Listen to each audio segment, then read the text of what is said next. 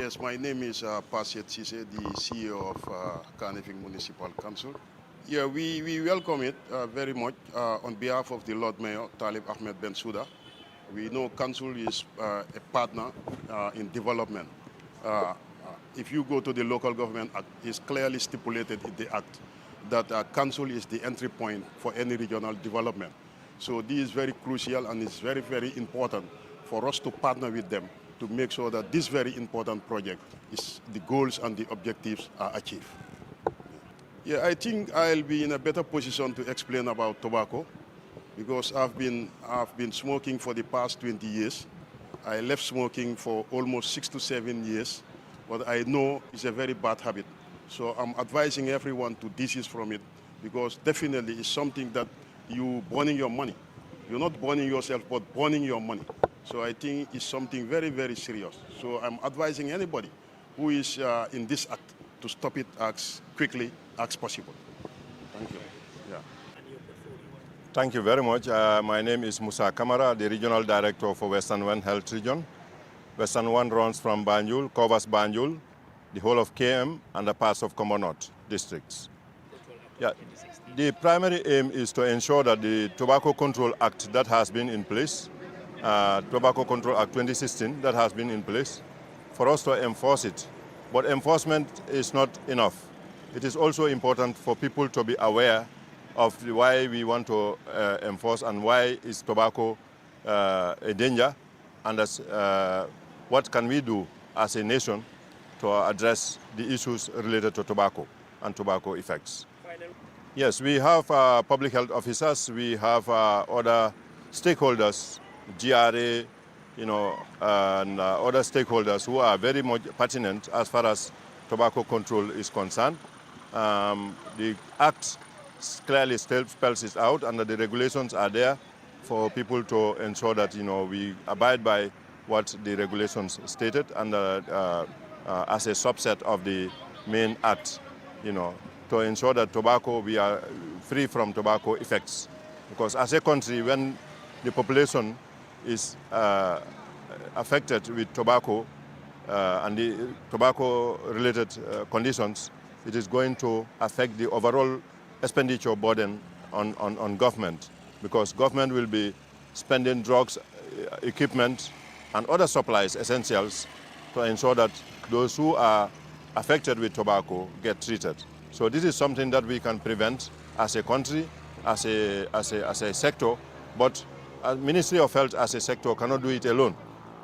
That's why there is always partnership in whatever intervention we are carrying out to ensure that our objectives are met. Thank you. Yes, the message is simple. We have to respect whatever measures we have put in place to mitigate the effects of tobacco or whatever health problem that the population is confronted with. We as a nation need to work together through concerted efforts because, as I said earlier on, partners and stakeholders are into this tobacco thing to control tobacco and to ensure that enforcement takes stage. Enforcement should start with, for example, if I am a smoker, I'm not a smoker, but if I am a smoker, the enforcement should start with myself. That self-inculcated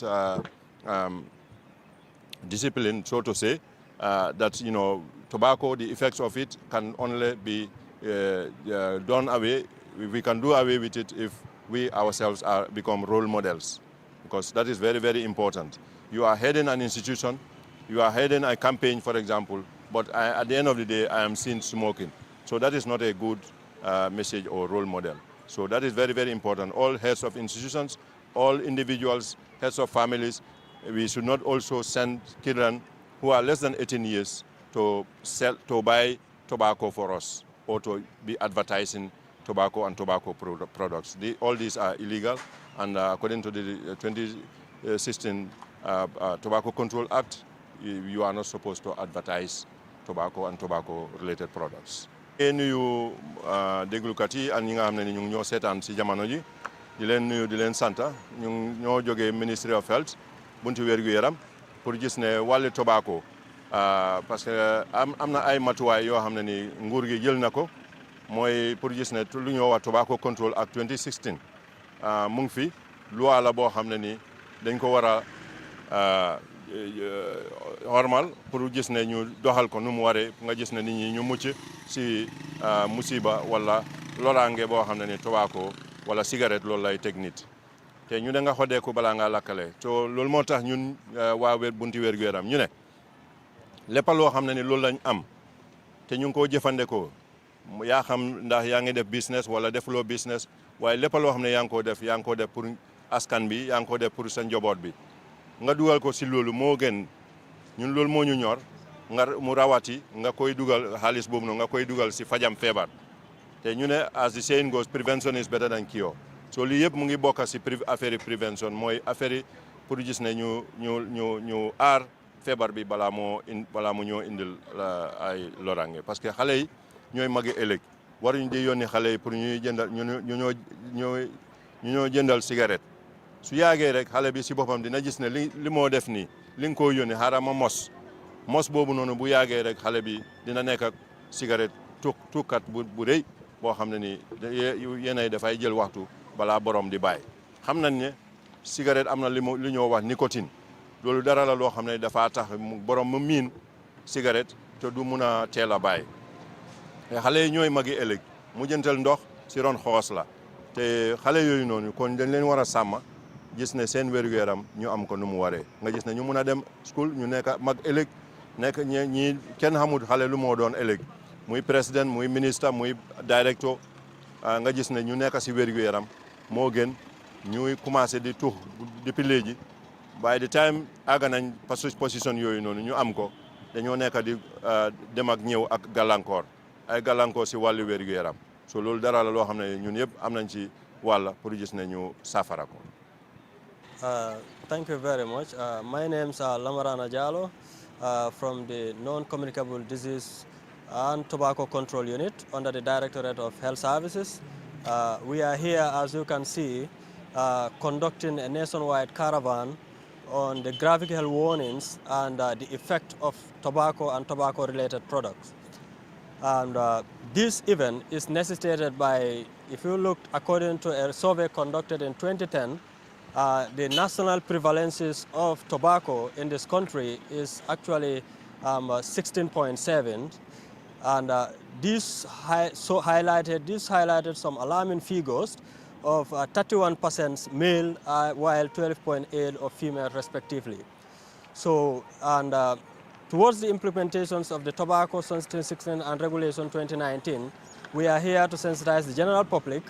and especially the youths, the effect of tobacco. And the tobacco smoking has actually a far-reaching consequences, a serious effect to our health, ranging from coronary respiratory diseases, hypertension, heart attacks, strokes, and so on. So today, we also will focus on also the distributors, so the people that are also tobacco importers, distributors, and consumers. So for the importers specifically, I'd like to state that, as you may know, now the second phase is starting, effective 1st March. And then from 1st March, you will see, just as illustrated in these diagrams, and then you must be bearing this pictorial. These are the required and approved graphic health warnings for all the cigarette, tobacco, and tobacco-related products. And therefore, it's important to understand also these graphic health warnings, the packet, must also contain the GRA stamp, which is also on my far left end, you can see. From there, we also talk about the distributors. So the people at the community, the shopkeepers and so on, it is crucial that you do not sell or buy, or you do not sell it to any people that are under the age of 18. It seriously contravenes the 2016 Act. At the same time, if you are not there to sell, please do not allow your kids or anybody under the age of 18 to be in the shop and be selling. And there should be no single stick selling, it must be full packet, which contains 20 sticks. And it is proven that a single stick of cigarette containing over 7,000 chemicals, out of which 70 are non-carcinogens. That means they have the potential to cause cancer.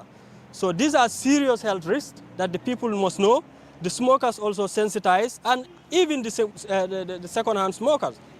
And more importantly, if you desire to smoke, which is your right, it is definitely very important you do so as per the regulation 2019, 100 meters away from the public. Now, what do we call a public? Any place where 2 or more people meet is a public place. All enclosed areas, be it at a bar, restaurants, and so on, please attach or identify, do not allow smoking in those areas. And the owners has a role and responsibility, has an obligation to ensure that these people are told not to smoke within those premises. Okay, jërë ngeen jëf ñu ngi ñëwoon fi tey bàyyi ko Ministry of Health mooy office non-communicable disease and tobacco control unit ñëwoon fi tey mun a waxtaan ak nit ñi pour yu mel ni smokers ak second hand smokers ñun xam nañ ne cigarette lu moo def si yarami jàmbur looloo tax ñëw ñu tey fii pay courtesy call to the Kanifing municipality and also ñëw balaa ñu continuer suñ convoy waxtaan ak ñoom tey nag gis nañ ne cigarette leen na loo xamante ne na def dee mun a toroxal nit xam nañ ne nag tukkat yi tamit am nañ yoon pour tu waaye leen na su dee di nga ko def war nga koo def si 100 meters away mooy ne bu ko def si digg nit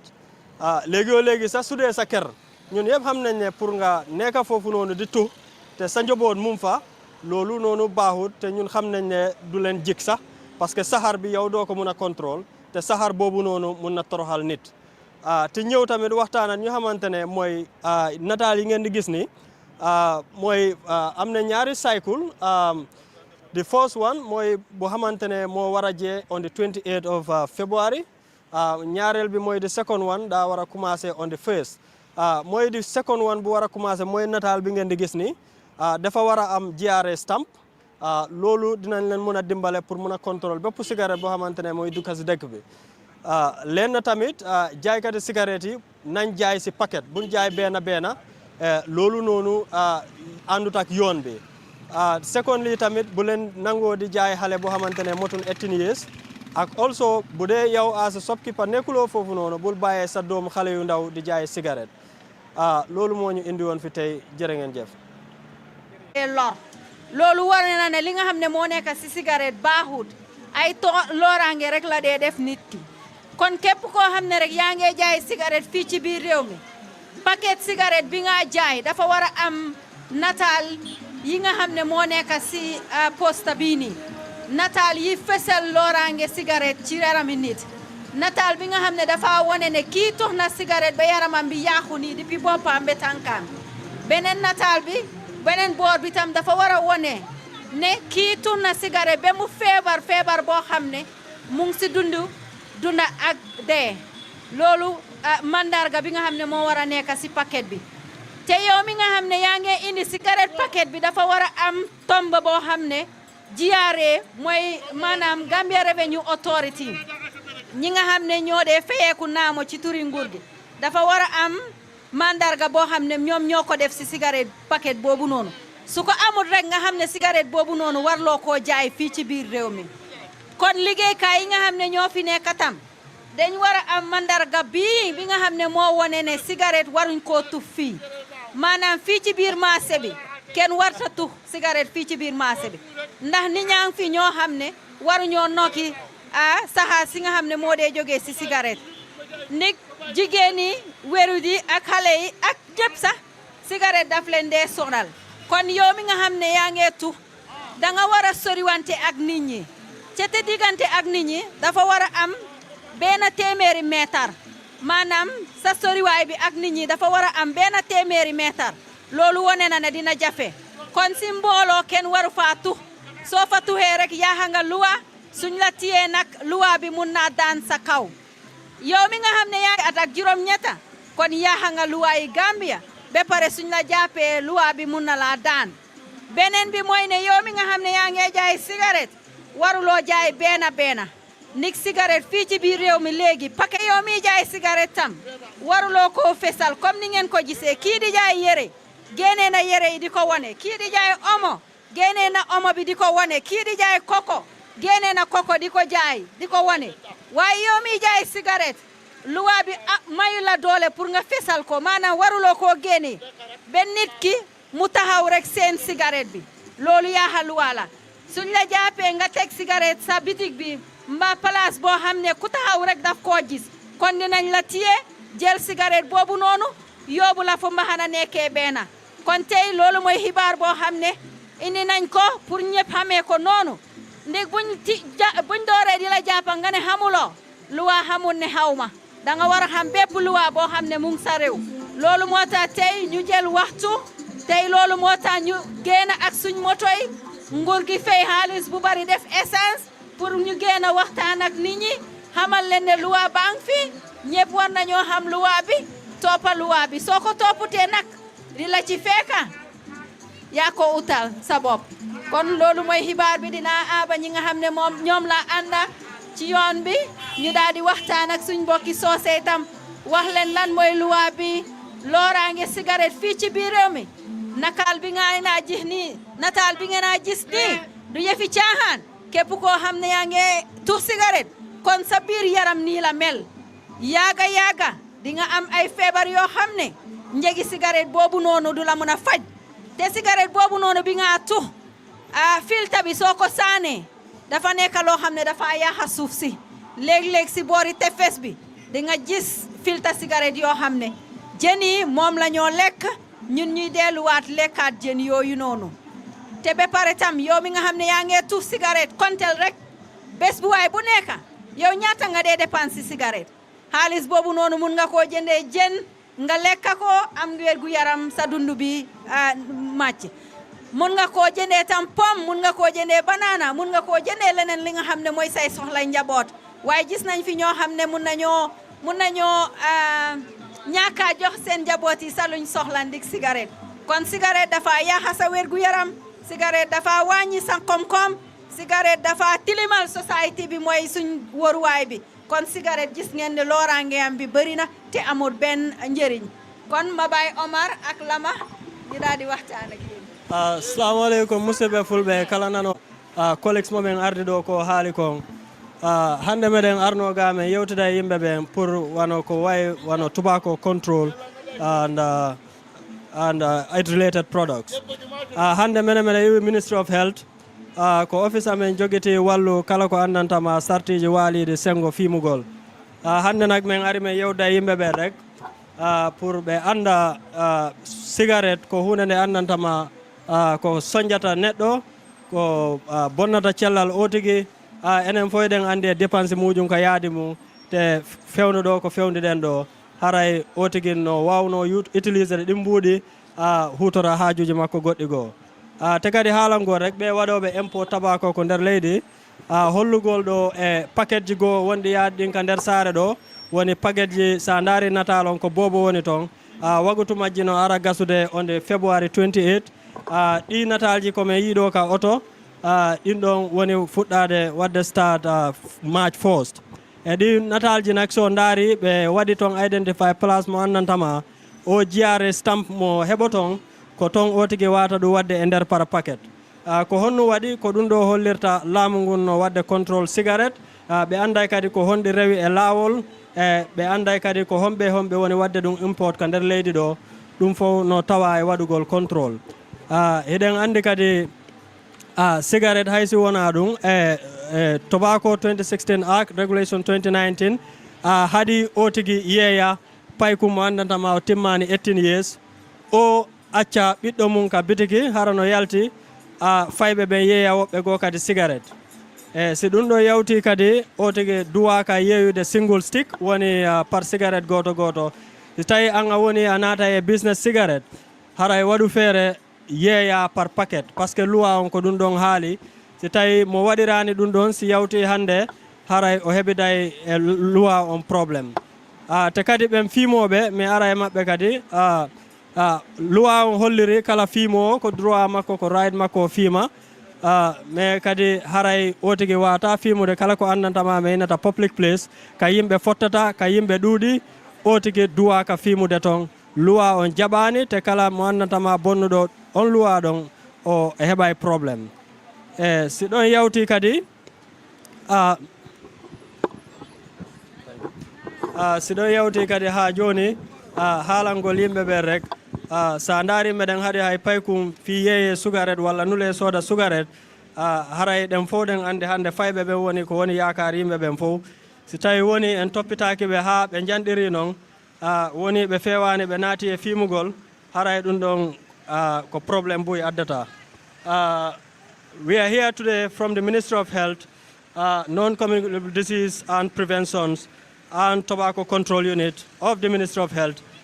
is here today to sensitize the general public about the serious effect of tobacco and its related product. As you may know, as per a STOP survey conducted in 2010, and the national prevalences of cigarette smoking in this country stands at a staggering 16.7. It also further highlights some serious concerns. Of that percent, 31% are male and 12.8% are female smokers respectively. These are serious concerns, serious issues that we need to talk about, and we are here today to talk to you about those issues. And another important thing, cigarette at no point those has any benefit to our human body. It always creates serious health conditions like hypertension, heart stroke, coronary respiratory diseases, diabetics, physical disability, and even death. So in that regard, we are here conducting a nationwide tour, and we are our commitment to ensure that towards the implementation of Tobacco Control Act 2016 and Regulations 2019. You can also see, viewers, that we have some banners that are attached to the vehicles that are here. But these are going to be the new cycle that is coming into effect on the 1st of March, while the first phase is ending on the 28th February. So therefore, the public, especially the importer, is hereby notified of that effect. And we are also here trying to sensitize the public that in as much as you as a smoker has a right to smoke, you do not have the right to smoke in public. The owners of enclosed areas and public facilities has the duty and obligations to ensure and explain. Ko ajawiyatale adeng luwa fana ya tandile ko o luwa e bangale ka siga saba ka fokono membe ko nyem marché wol sifal anem moja mal be dami so niaje fana luwa fana e falindiro ke ko wala min keda tabala ko nyin kenyati nyin kibaro businessman wala be hakilot lado bake bawo wala ka cigarette nat na nyim banko kam bake yo ni takeda modi mi yalango ka cigarette business le be hakilot la fion do mi yalango wala ka cigarette lo ko kidimandi anim fana nimo na de la bidiko kono amanya na dunne la bidiko kono anya e sigaje anya la bidiko kono e nyanta kala dulado dam yalango abe mabolal bo mu fenne de loi tandile yo ani fana ni daga siga sabe e manya na fenkele la bunda fabe gala natalo lati ba siga ka mi yalango cigarette le babala walla abe kala safero lati ba mi yalango sigala kuwa ka wala kidimandi wota kala fendi mi yalango ani loi tatale ni loi mu da fana fen la bije mi yalango abalandile ansa ni nada ko dege cigarette bala natalo le min kataraje ni ya jube sayim falendrobe kekala wotumo e kan natale kilin na jabala mi yalango aka moy tande ko aka jada kende aka tinya nyami bat sayin abe kala sayin kabo maj karola natale fula abe wala sotola siga abe wala sotola momro nin ka siga e ka wafi wala kana ri mbango kan e hakilo do bake bawo nyim fon la de mi yalan ko luwale yalandi andin jiare fanan ibe hakilo la nyim fon do natale fulo natale do memba tan le ko siga ka minke alamading balola natale do fanan bije memba tan le ko siga fanan akse mo fanan na sa juno ase sunno alale so anim fanan safer do mem fanan nyanda tarla bala kaytan di ko siga nyin fofran ni itaba nat la Gambia abe tarla safira bala ko siga nyin nyanda mba folali ko siga kasa wa kafo kono fenno mi yalan ko luwa man songala siga kadinno bula ayta siga wafi ayska sita ayta siga seye fenno mi yalan ko luwa man songala anim fanan cigarette o ni bidigitio e manyana ka kilin wafi e nyanda paquet wafi la ni e muda e ba siga wafi ka manga kilin di imanda e ka kilin wafi o fanan luwa e sartol landi jele mi yalan ko aba sambale e marika so be gada fene di mi yalan ko nada jambi nalia kacha ko kasiga sawa kafo kono fenno mi yalan ko anin luwa man songala anim fana niye bidiko kono jiwe e nyaabe cigarette wala laare bidiko kono amanya nakake anim fana ka dinno bula kada siga wafi fenna miyalon ko amanya nakake yo nga fendro falindrol ke fon fana la sigala ko mimbe ko safirol milka ke siga bala o fana mi fennede miyalon ko jaata kende abunda mba falin kande safirol mi ya tandi ko say natali fula ka wo maji karola tilifolola wolbe tarla siga paketo nyimbala safero min bay tandila ko siga kam min tinya mola jato kono abe o yetandila yo ni na da safero min fana bay tandila ko siga se mola sa juno ko mola fa juno ha se sunno ala le o fana abo fana yetandila le